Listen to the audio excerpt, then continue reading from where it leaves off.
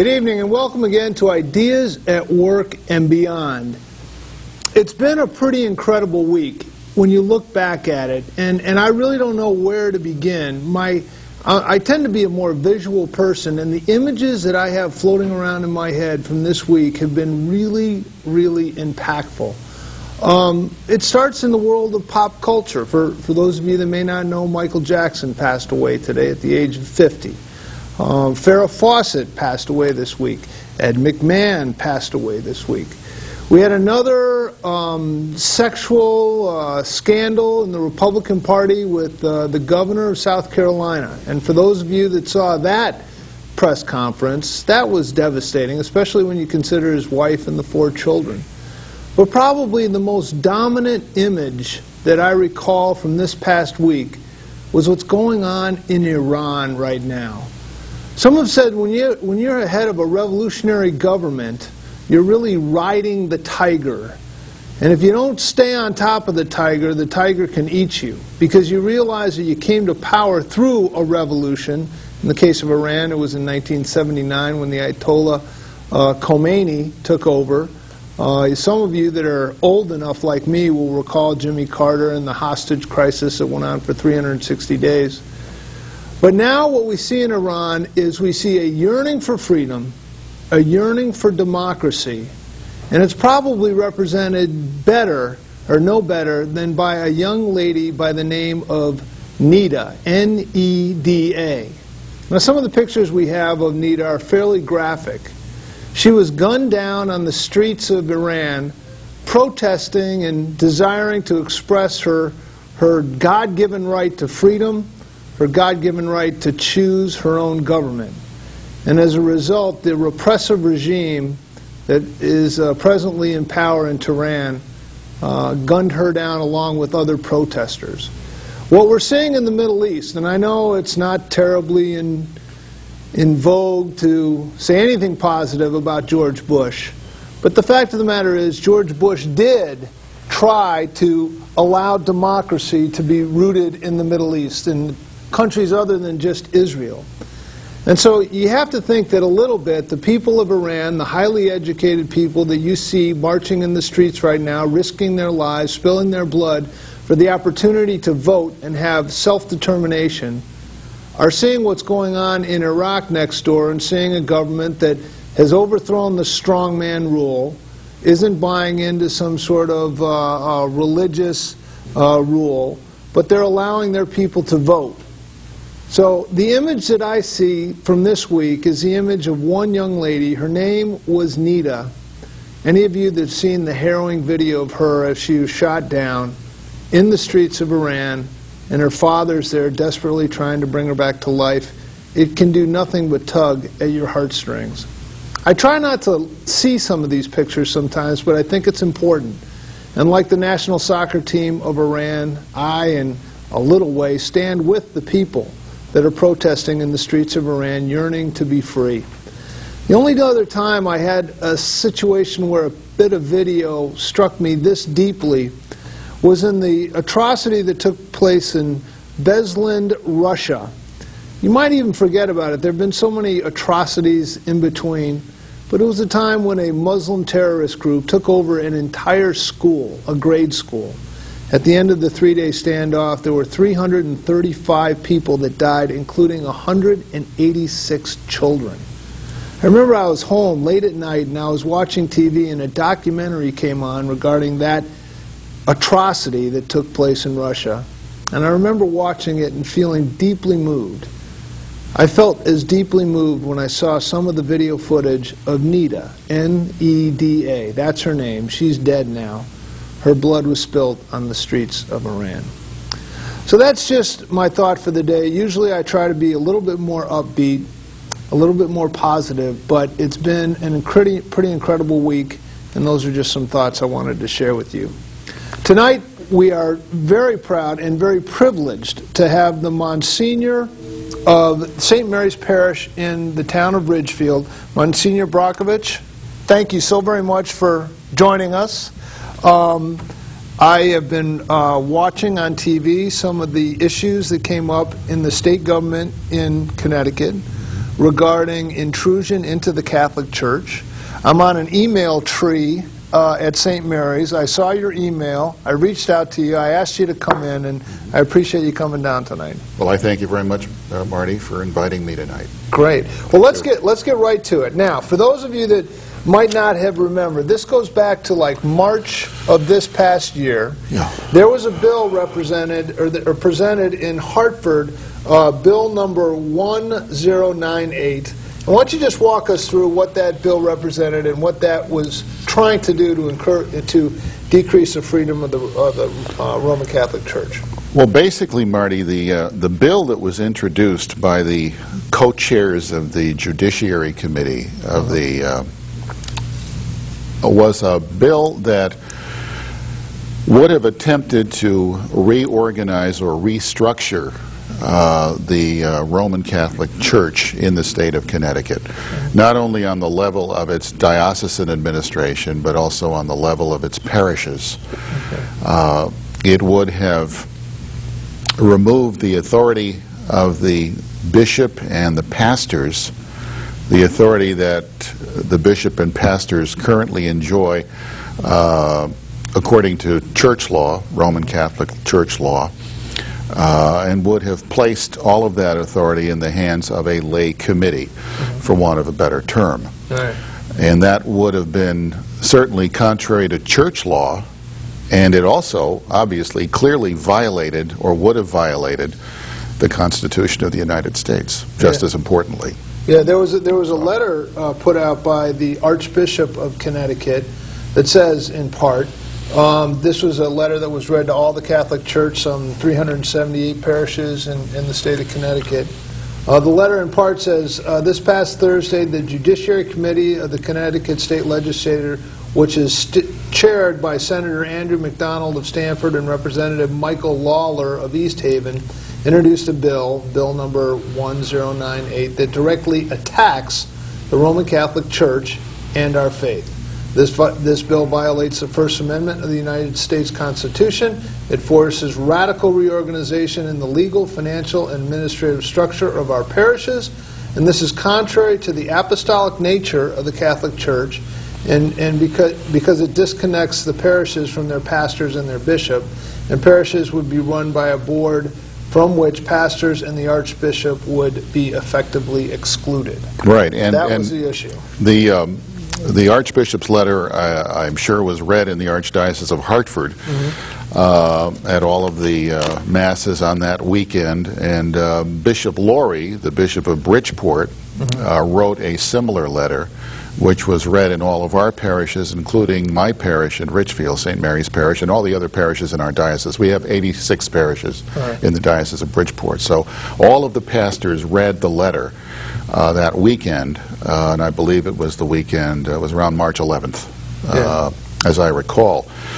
So it was an extremely busy weekend, and it was a very disturbing event for, I think, the Catholic community throughout the state, in Fairfield County, which is the Diocese of Bridgeport, but also obviously in the Archdiocese of Hartford and also the Diocese of Norwich. Yeah.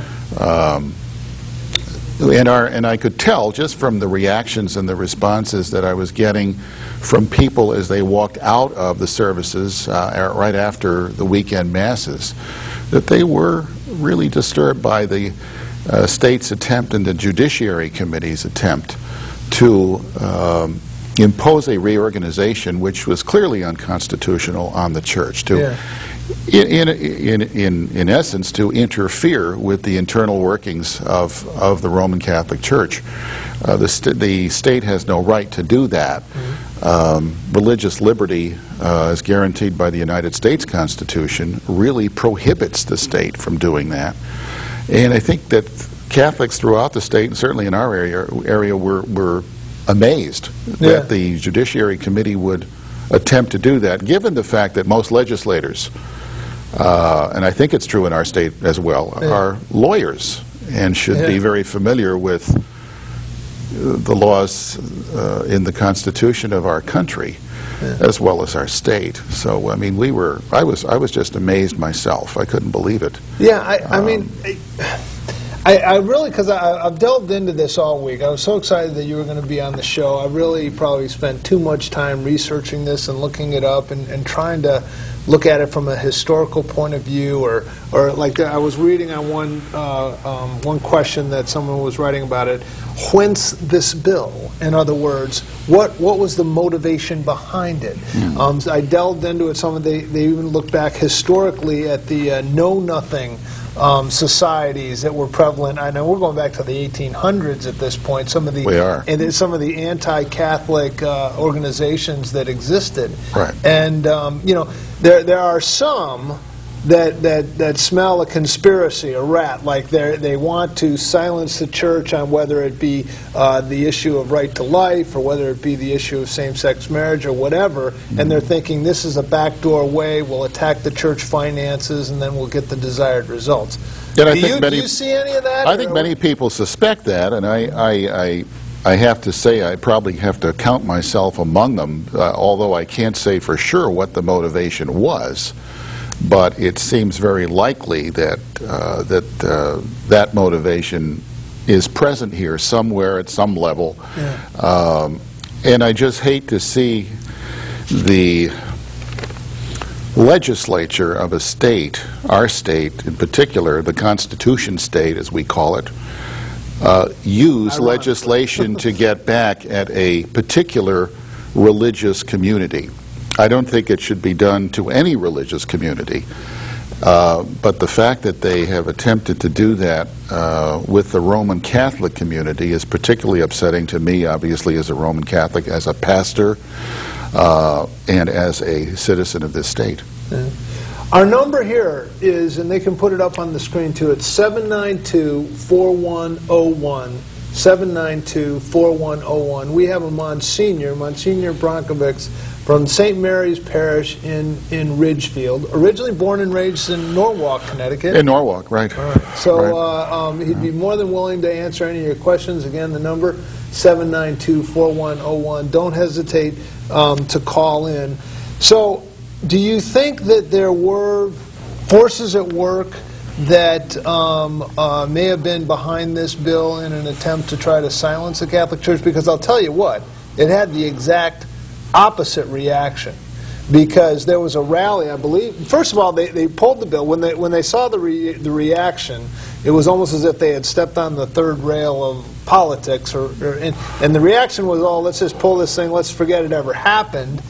There was going to be a rally in Hartford. Well, I have great respect for the response and the leadership of our bishops, Archbishop Menzel, Bishop Laurie in particular, certainly in terms of Fairfield County, and Bishop Cody of Norwich, because they responded immediately.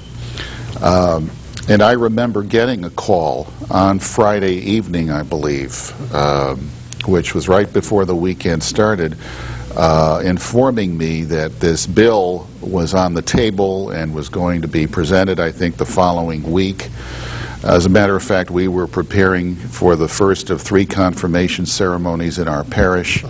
Bishop Laurie was due to arrive that Friday evening to do the first confirmation. The second and third were on Saturday, and his secretary said that I might have to do it. I, as pastor, might have to do the first confirmation myself, because the bishop was tied up in meetings. Wow. In response to this surprise. The confirmation ceremony, that's where you get the oil on the forehead? Is that part of the yes, ceremony? Yes, that's being confirmed in the Catholic faith. It's the third sacrament that you receive. Okay. Baptism and Eucharist, confirmation, or the 3, what we call the 3 sacraments of initiation. Okay, baptism, the Eucharist, and confirmation. Right. So the Eucharist would be First Holy Communion. Yes, okay. Exactly. Okay. But so the bishop wasn't able to do the confirmation on that Friday evening because he was tied up in meetings in response to this Bill 1098. Right. And I presume meeting with the other bishops in Connecticut. And so is it safe to say that the Catholic Church was blindsided at this? Did you really see it coming? Absolutely. Right out of the we were not given, as far as I know, any real warning, any effective warning that this was coming around the corner. But the bishops responded, and I admire them for the way they did it. They organized very quickly, and they asked us to alert our parish communities on the weekend. So they each prepared a letter. You just read part of Archbishop Manzel's letter, and I read Bishop Laurie's letter in our parish, which was similar, and alerted the Catholic community to what the State Judiciary Committee had done and was planning to do the following week, to hold a hearing on this bill, this proposed bill. The diocese also put this information on its website, and the diocese also organized a rally in Hartford. That was impressive. And that was very impressive because I believe there were 4,000 to 5,000 people at that rally. I have to say I didn't go myself, but my assistant in our parish went up with a number of people from our parish who went either by bus or by automobile to Hartford, and they gathered in front of the state capitol, and they made it quite clear that the Catholic community was quite upset at this proposed bill 1098, which was attacking the Catholic Church and only the Catholic Church. In the speech, Archbishop Henry Manzel said that the state of Connecticut had embarrassed themselves, had embarrassed the state of Connecticut. The crowd began to spontaneously chant, "We vote, we vote." There were signs being held up, separation of church and state, other signs being held up, religious freedom. It was quite a scene. Oh, it certainly was. It certainly was, from the way it was described to me by people who, from our parish who went, including my assistant. It was a very, very effective expression of our constitutional right to free speech, freedom of assembly, and certainly freedom to practice and to organize our own religious community in the way that we want to do it. And also our right to protest to governmental authority. It was impressive. There was also the Knights of Columbus were represented there, and and it was very impressive. Now, kind of get a philosophical look on this. It's interesting because Karl Marx once described religion as the opiate of the masses. In other words, the idea is, hey, life won't be so good here, but in the by and by it'll all be fine, so it keeps the masses subdued. I think that, on the contrary to that, that when the Catholic Church, or the Church at all, is under attack, it tends to not be an opiate, but maybe an amphetamine of the masses. That when the Church is attacked, that's when there's growth. That's when there's a sense of community and sort of, I don't know, we're all in the foxhole together. I mean, another comparison is a little bit to, I mean, I know we're getting far afield, but in China, you know, when the church is oppressed in China, that's when it grows. When the church is, you know, embraced by the power structure and so forth, maybe not so much. Well, I think you can use, China would be a good example, but I think another great example, going back to the very beginnings of the Christian community, would be the persecution of the early Christians in the first century, beginning in the first century. Persecution by the Roman Empire, by the government at that time, the government that ruled most of the Mediterranean world. And the Christian community, for various reasons, was considered a threat to the empire, and the empire persecuted it relentlessly. And the church grew and grew and grew. Well, through the blood of the martyrs. Exactly. You know, it's interesting. Exactly. I hold on one second. Caller, are you there? Yes, I'm there. Thanks for calling. What's your question? Sure. I have a question for the priest. Yes. The question is, I know it was wrong what they try to do with the bill. What they try to do with the bill, but does the priest know that the Catholic Church has been involved with government for hundreds and hundreds of years, with their secret society, with the Vatican in Rome, influenced government. And if you read a history, even Hitler was a Catholic. Does the priest know that? Does he feel that the Catholic Church is being attacked now because its role it's played in its history with government? Okay, that's a good question. Thank you very much. What about that? I mean, one of the most popular books last year was The Da Vinci Code. One of the most popular movies this year is Demons and something. I mean, there's a lot of that around. Well, you know, what is the Catholic Church a victim here of an overreaching government, or is the Catholic Church secretly controlling everything? You're a Monsignor. Let us know.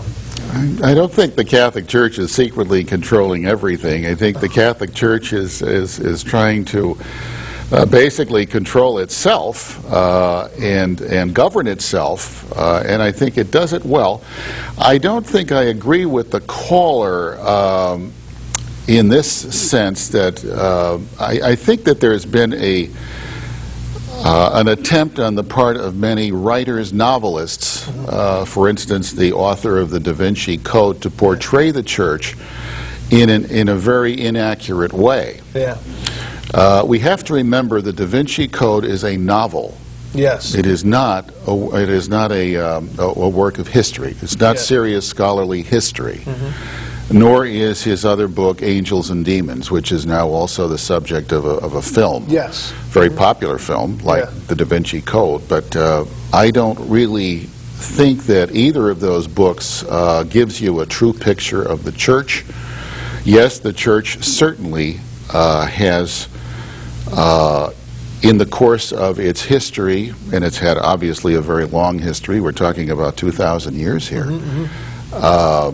tried in various ways to preach and teach its message, and in doing so has obviously tried to influence the policies and the decisions of governments around the world. Yeah. You know, you mentioned a moment ago, you're talking about the history of the Church, going all the way back to the first century Roman society. They had in that society a practice where if you had a child that was somehow sickly or deformed or looked like it wasn't going to survive, you would literally take that child, and this was common practice, and take it out into the wilderness and let it die of exposure. Right. Well, the first century Church comes along with this emphasis on life, and that life in and of itself, as a result of being a reflection of God, the Imago Dei, is worth something, not based on what it's able to produce for society. So the first century Church, when these babies would be left out to be exposed, would go and collect them and raise them. Right. And this somehow, like you talk about the blood of the martyrs, was a threat to the existing power structure. Right. Do you think in the same way the Catholic Church pro-life stance now, consistent stance, is in some way a threat to the power structure as it exists? I think, yes. I think the Catholic Church's consistent teaching, going back to its beginnings, that all human life is sacred. And deserves respect from the moment of conception, okay, is definitely not a popular point of view. It's not a point of view that many people in our own country and our own society accept. It's a point of view, a teaching of the Church, a truth of our faith, our Catholic faith, that many people oppose. And certainly many people in the political realm oppose it, as we know. It's become a campaign issue, certainly not only on the national level, but on the state and I think even on the local levels in some cases. So it is definitely upsetting and disturbing to a lot of people, this idea that the Church has, which we believe is rooted in the Scriptures, in the book of Genesis itself, the fact that we are all created in God's image, and therefore our human lives, every human life, is sacred. Yeah. It has value. And it has value. Every single human life without exception. That is not a point of view that everyone shares, as we know. Yeah. Yeah, I mean, the Catholic Church, and certainly correct me if I'm wrong, says that human life garners its value not as a result of what it's able to do for society or to produce, and that's where you get the end of life issues. That's right. Where you know there's It ties into a little bit somewhat socialized medicine in a way, but that's a whole other topic. But the concept being that, well, when you get to a certain age, you've lived your life, and that's enough. Why try to prolong life? So life at the end of life is their value, and at the very beginning of life is their value. And, right. We believe that human life has an intrinsic value. It has a value in and of itself, regardless of what that particular life can produce. Yeah. It has an intrinsic value because every human being is created in the image and likeness of God. Yeah. Are you familiar at all with Francis Schaeffer and some of his works? I've heard the name. Yeah, Francis Schaeffer had a book, Whatever Happened to the Human Race. It was also a film series. He's kind of a Christian thinker, and in one of his talk shows, he literally had a roundtable discussion. There was a lady there who had actually been an aborted fetus but had survived.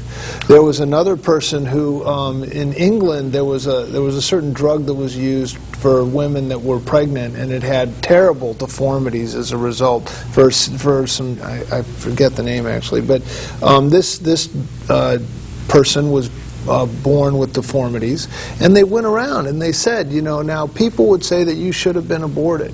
And what do you say? And these people answered, and they said, well, my arms are deformed, but I've been able to live and love and have relationships and experience joys and sorrows, and in no way would I wanted my right to life to have been infringed on. I think that's what the church is getting. That's what I think the church has been trying consistently to protect down through the centuries. Mm-hmm. And it's still preaching and teaching that message very vigorously. Yeah. But again, many people do not agree and oppose it, and certainly many people in the political realm. Obviously, it has become a campaign. It's an election issue every time there's a national election. It rears its ugly head. Is there any stresses within the Catholic Church to migrate away from that position to a more liberal position, or is the answer emphatically no? No, absolutely no. I think we are very, very committed to our position on the sacredness and sanctity of human life and respect for every human life from the moment of conception. Mm-hmm. Yeah. Okay, now back to bill number 1098, an ill-advised bill, a bill that's against the First Amendment of the Constitution, mm-hmm. the very much embraced concept of the separation of church and state. And again, this was not to protect the state from the church. It was to protect the church from the state. I think one of the founders, the analogies they used is we need to separate the garden of the church from the wilderness of the state.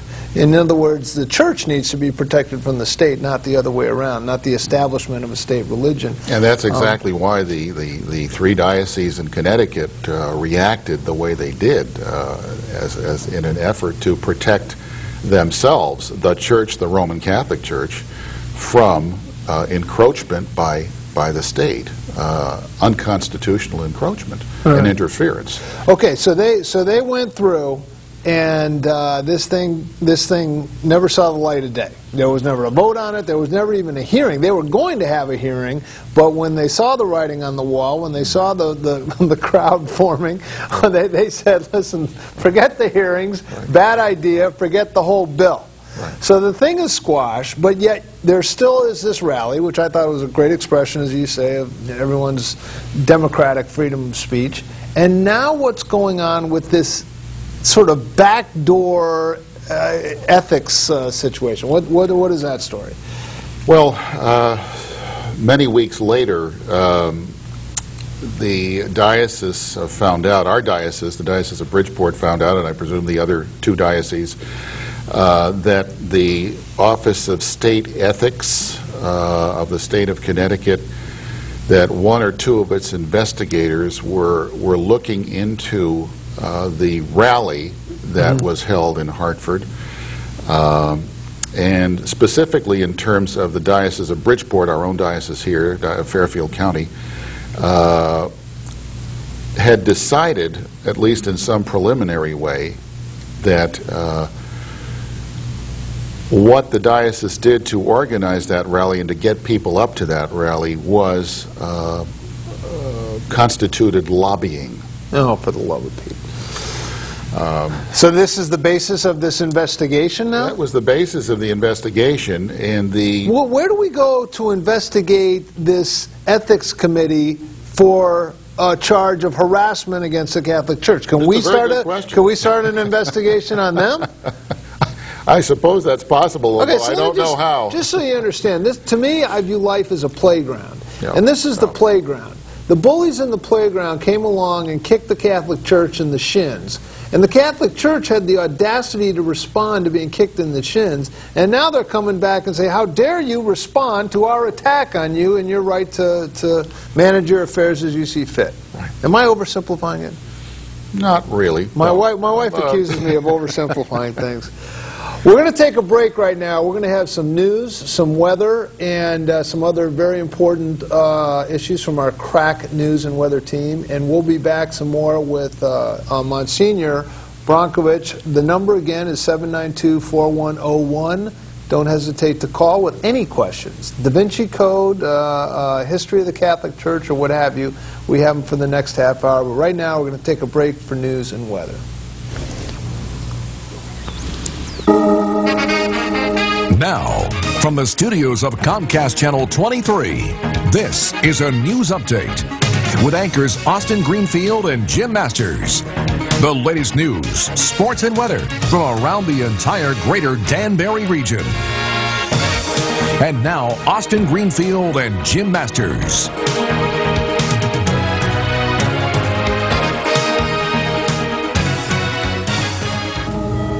Hello everyone, and welcome to tonight's edition of News and Weather.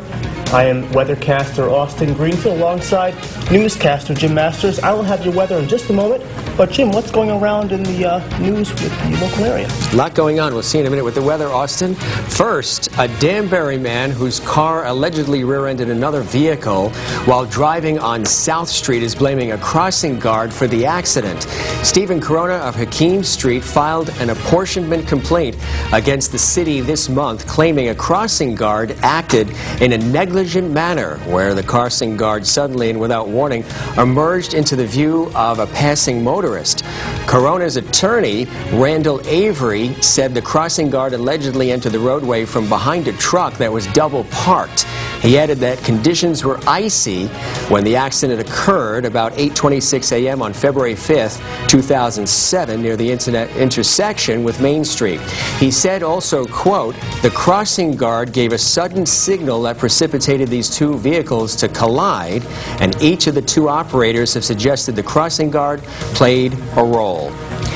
In Danbury as well, Robert Rossi, a 30-year educator from Arizona, was named principal of Danbury High School on Wednesday night.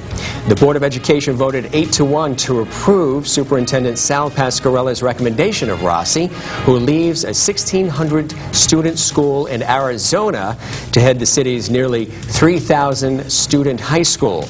The lone opposing vote was Gladys Cooper, who thought the board should have restarted its search when one of the two finalists' recent experience came under question. The attending board members agreed the search process had problems because the names of the finalists had been leaked. And a chorus of Candlewood Mountain Road residents sang the same refrain before the town council meeting on Monday night, "Fix Our Road." Some of the verses of the tune cited the dangers of the steep, hilly, pothole-marked road off Route 37. Area resident Philip Dobson says it is in totally despicable condition. Another member of the neighborhood choir, a 16-year-old driver Jake Kazusko, calls the road scary. He agreed with others it is high time the town make reconstruction of this road a top priority. There's a meeting Tuesday that will be held in the E. Paul Martin Meeting Room at Town Hall to discuss the issue further. It's the latest around Greater Danbury and the surrounding towns. Now, to talk about the weather. It's been one of the rainiest seasons of springs we've had. Now we've entered summer. Do we have any sun in our forecast, Austin? I certainly hope so. Well, the good news, Jim, is we've entered the summertime season and we are basically done with the rain all day. Great. We're going to be in the summertime pattern, which means scattered afternoon thunderstorms and showers, mainly in the afternoon, but not every place is going to get hit. We're not going to get hit every single day. It's going to be hit or miss. So that is the good news, Jim. We're not going to have the all-day rain event. Take us through it. Okay, details on the forecast for tonight. Chance of a shower or thunderstorm, mostly cloudy skies. We'll see low temperatures around 63, 64 degrees. Friday's probably going to be the best bet to see showers and thunderstorms in the afternoon. We'll see highs in the mid-80s. So if you have a car and you park it in a park safe, you go outside, make sure you have those windows up because you don't want to come back to your car and have it drenched. Having it drenched inside. So definitely have your windows up. Those storms could produce some gusty winds and heavy rainfall, highs in the mid-80s. Friday night, scattered thunderstorms in the evening, ending primarily. We'll see lows around 61. Saturday, mostly cloudy, chance of an afternoon shower or thunderstorm. We'll see highs in the lower 80s. Sunday, same thing as Saturday, scattered afternoon showers and thunderstorms, highs in the lower 80s. And then Monday through next Friday, we're going to see mostly cloudy to partly sunny conditions with temperatures mainly in the mid to upper 70s. So, Jim, not a bad forecast compared to what we've been seeing for the past couple months. It seems like it's stabilizing, so there's a chance of rain almost for every day, but briefly. Briefly. Not like we've had the last couple of weeks. Not every place is going to get hit, only certain spots. So if you're going to plan outdoor activities, you can still do it. Exactly. Well, that is our report for Comcast Cable Channel 23. News and weather for Austin Greenfield. I'm Jim Masters. Stay tuned. Ideas at Work and Beyond with Marty Heiser. Much more coming up, so you stay right there. And thanks for joining us. We'll see you next week.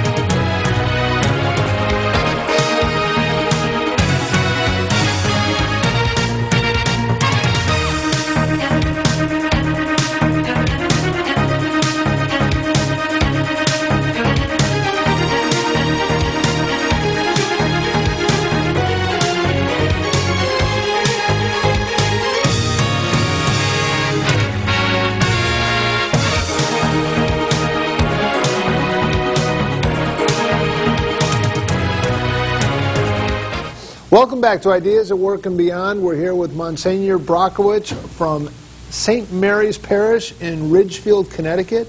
The topic tonight is the state of Connecticut and their continuing harassment of the Roman Catholic Church in Connecticut. It started with a ill-advised Bill 1098, which was attempted to be passed by two legislators, Andrew McDonald and Michael Lawler, who attempted to pass a bill that would restrict the freedom of the Catholic Church. The response was overwhelming, as 4,000 to 5,000 concerned citizens standing up for religious freedom in the state of Connecticut moved in on Hartford, had a rally on March 11th, and the bill was withheld overwhelmingly. Strike a blow for religious freedom in Connecticut. And it was a wonderful thing. And now we find out later that the State Ethics Committee has filed some sort of complaint against the Roman Catholic Church, and they're now looking to investigate some issues regarding the rally, who paid for the buses, and was this somehow construed as a lobbying effort, when it was really just an expression of individuals and groups' ability to protest against their government and what they're trying to do as far as infringing on individuals and groups' religious freedom. So this ethics committee still stands, and we were just talking during the break that you have a strange association coming alongside to help defend the Catholic Church. Right. Well, I found out today, Marty, that the American Civil Liberties Union, the ACLU, filed in the federal court in Connecticut what is called an amicus curiae brief, a friend of the court brief, supporting the position of the Diocese of Bridgeport in its lawsuit against the state of Connecticut. It has filed a civil rights lawsuit against the state in response to the investigation by the Office of the State Office of Ethics. Wow. Now, And the ACLU is backing the diocese's position, and because it says, I believe in the brief itself, that what the state has done is a threat not only to the Catholic Church, it's a threat to all religious organizations. Yeah, I mean that to me is interesting, because when I think of the ACLU, I think of, I mean, I guess it's in a sense apolitical, but some would say that it tends to be a little bit more left-leaning. And I'm sure if you match up the Catholic Church position on a series of social issues and ACLU's positions on those same issues, you might see some differences. But in this case, they recognize this as a threat against religious freedom, a threat against individuals and organizations expressing themselves, and they feel like they have to come to your defense. Religious freedom, the right to assemble, the right to free speech, the right to religious liberty, and the right to protest government action. Yeah. There are 4 rights involved here, and of course the diocese, I think, our diocese, because it is filing this suit against the state, I think appreciates the action of the ACLU today in filing that amicus curiae brief. Yeah. So I think it's been said that when the government fears the people, you have liberty, but when the people fear the government, you have tyranny. We opened the show tonight with looking at a little bit what's going on in Iran right now, and you have a case there where the people are fearing very much, and for good reason, the government, and their right to express themselves politically is being quashed in the streets. This is America. This isn't Tehran. And our religious institutions have the right to express their positions and to be governed by themselves and have no intrusive involvement by the state.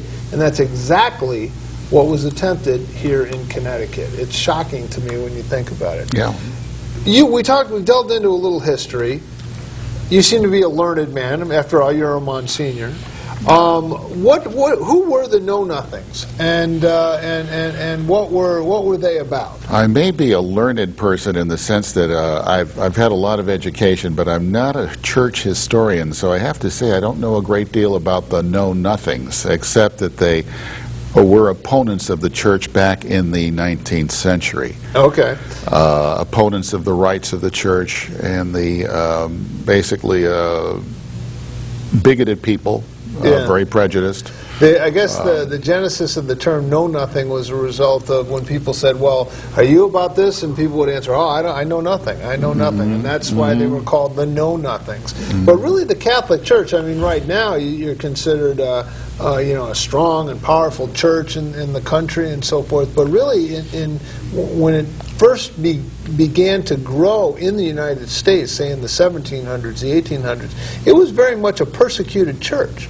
Yes. There were people that you could not get land to build a church. If you were Catholic, you would be discriminated against. And I bring it up because some of there were members of the Knights of Columbus that spoke at the rally that harkened back to those days and said, that the Catholic Church has been persecuted in the past, and certainly they're not going to stand for it anymore. That's right. That's right. That was pointed out at the rally, although I wasn't at the rally, but I know the facts were presented about the history of persecution of the church in this country, and even in the state of Connecticut, and other states as well. Well, do you know any particulars of what happened? Not really. I don't really. I'd have to do a little more research, on that myself. All right. They didn't say that was going to be on the. But I think what we're concerned about now is these recent actions by the Judiciary Committee. Of course, that bill was dismissed. But this investigation by the Office of State Ethics, or State Office of Ethics, whatever it's called, and the need that the diocese had in response to that to file suit, a civil rights lawsuit to protect itself. I mean, why should we be protecting ourselves from state interference when the Constitution prohibits a state from interfering in its internal affairs, in its government? Yeah. It's an added expense. It's an added expense. It's a use of resources. Obviously, it's costly. I mean, in terms of fighting it out in a court, and I just don't think it's something that a church should have to do. It shouldn't have to use its resources in that way. Yeah, I agree.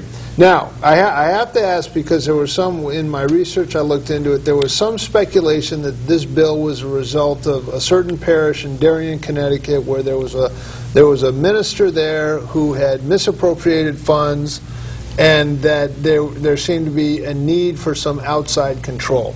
In the rally, I thought it was interesting, as some people pointed out, our government, we had State Senator Tony Boucher on the show last week, they are getting ready to run up an $8 billion deficit in the next 2 years.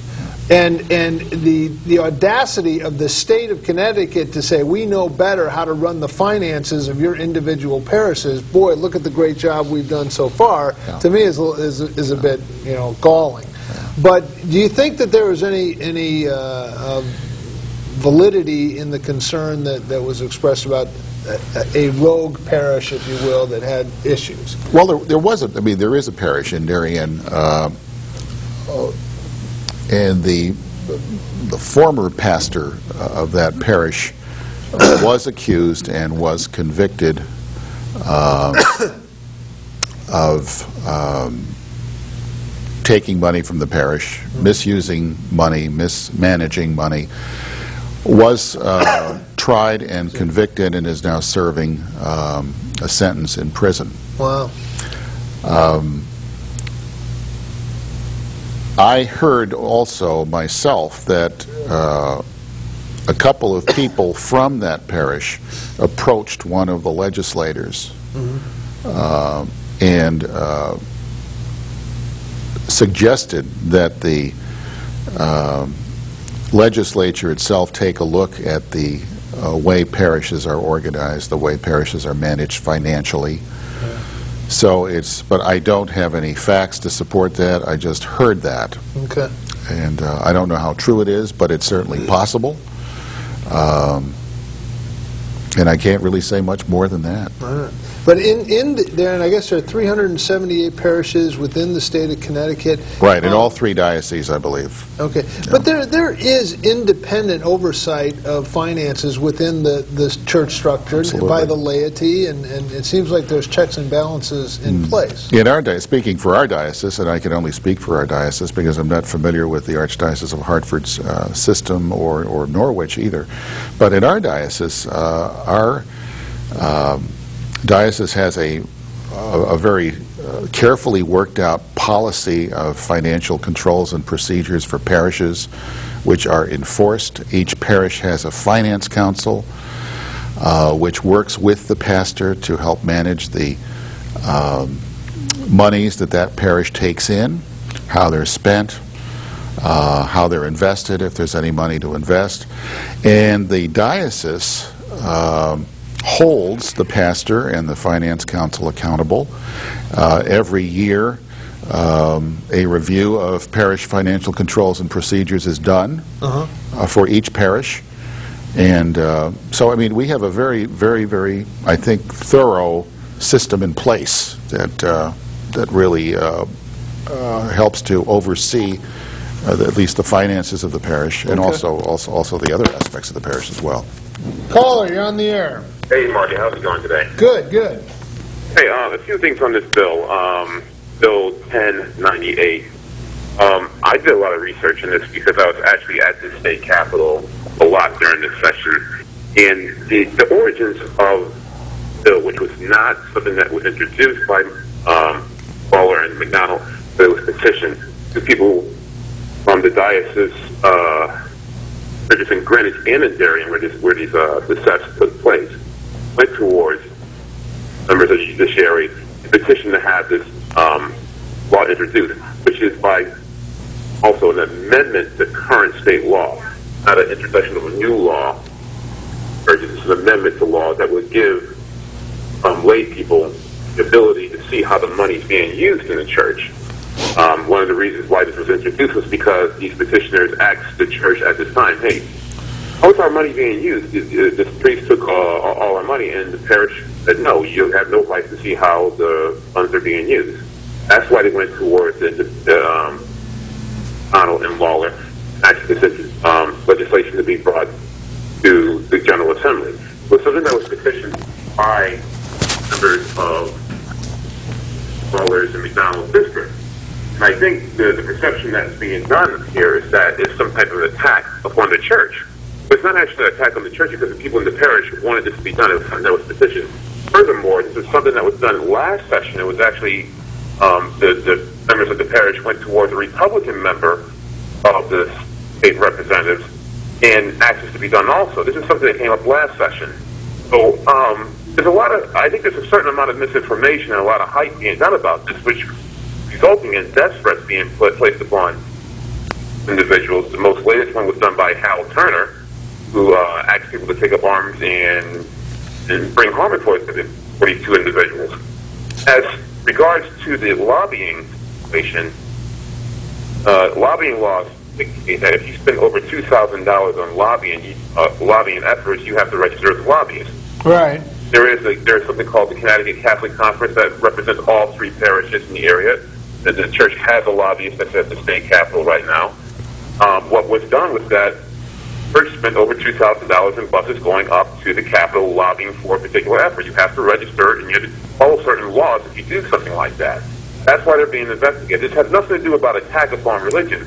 I think when people start to spin this and say, well, this is an attack upon religion because the church last year was against Plan B and Senate Bill 899, when you start making those accusations, that you're putting fuel in the fire that results in people getting death threats. I think you have to be very careful about this.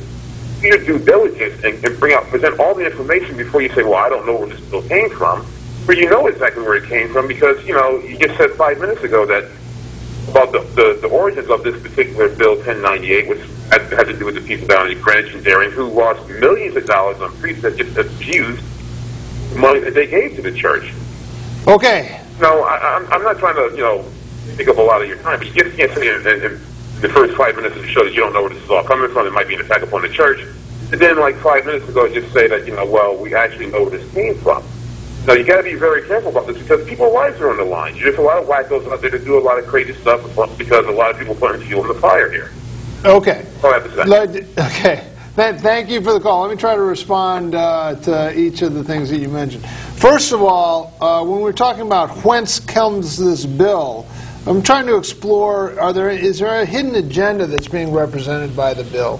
Secondly, as far as someone getting a death threat, they're certainly not getting anything like that from this show, and I would repudiate anything like that whatsoever. I started with the show decrying violence as an expression of politics and went through that emphatically. So obviously that's not the church's position. When you say we didn't bring up issues from where this bill originated, I just brought it up. The church in Darien, Connecticut had a pastor who misappropriated funds, and Monsignor just pointed out that he's in jail as we speak. So I'm not completely sure that we're not giving both sides of the story. I think we're looking at that. But what about the caller's point? Do you think there's any validity in what he's saying, that if we cry too much, the Catholic Church is under attack, it can... Well, I think factually speaking, as I understand the facts and as I understand what Bill 1098 would have done or was attempting to do, it was clearly an attack on the Roman Catholic Church's organization. Well, I have the bill right here, and the first line of the bill is, a corporation may be organized in connection with any Roman Catholic Church. And I mean, it's right there, the first line of the bill. Right. So this isn't, we're not making this up. Right. Our position is that the state has no right, and we're basing our position on the Constitution of the United States and the Supremacy Clause in the Constitution, which makes the Constitution of the country supreme law. That the state has no right to reorganize any church. It has no right to interfere in the religious beliefs or practices of an individual or of a religious organization. So this bill was clearly an attack on the church, so I disagree with the caller. Do you know who Hal Turner is? No, that name doesn't ring any bells with me. But I don't know that is no. either. But certainly, any thought like that. Okay, just a couple personal questions. When did you know you wanted to be a priest? How did that unfold? In my case, I started really in my late high school years. You were born and raised in I was Norwalk. born and raised in Norwalk. I went to a Catholic high school in Norwalk, Central Catholic High School, and on the faculty of the high school there were many priests teaching various subjects, and they were great inspirations and examples to us. And so I kind of consider them probably the greatest influence on my priestly vocation at that time, and I responded, positively to that. So it was sometime in your high school years, high school years. You felt the call. Yeah, between, I'd say, junior and senior year, and certainly into senior year, definitely. I felt the call, and I pursued it, and I said yes, and I let God lead me into the seminary and into the priesthood. And has it been just one blessing after another? I've never regretted it. Every day has been, I think, generally speaking, a very happy day. I mean, but obviously, a priest's life is like anyone else's life. It has its ups and downs. It has its challenges. It has its difficulties. It's hard work. But I love it, and I wouldn't do anything else. Going forward, what do you see that is in the future for the Catholic Church in the United States? I mean, is it a growing church? Is it? I think it's still growing. I think I don't know how fast, because I'm not familiar with the national scene in terms of, I couldn't give you the statistics, but it's certainly growing in our diocese here in Fairfield County. How quickly it is compared to other churches, for instance, I don't know. But I think it's definitely growing, and I think it's growing stronger. And I think it is a church that's very much alive, and certainly, I'm speaking, I guess, as pastor of a very, very active parish in Richfield. Yeah. Tremendously active parish, and I'm very proud to be the pastor of it, and I don't think I'd want to be doing anything else right now.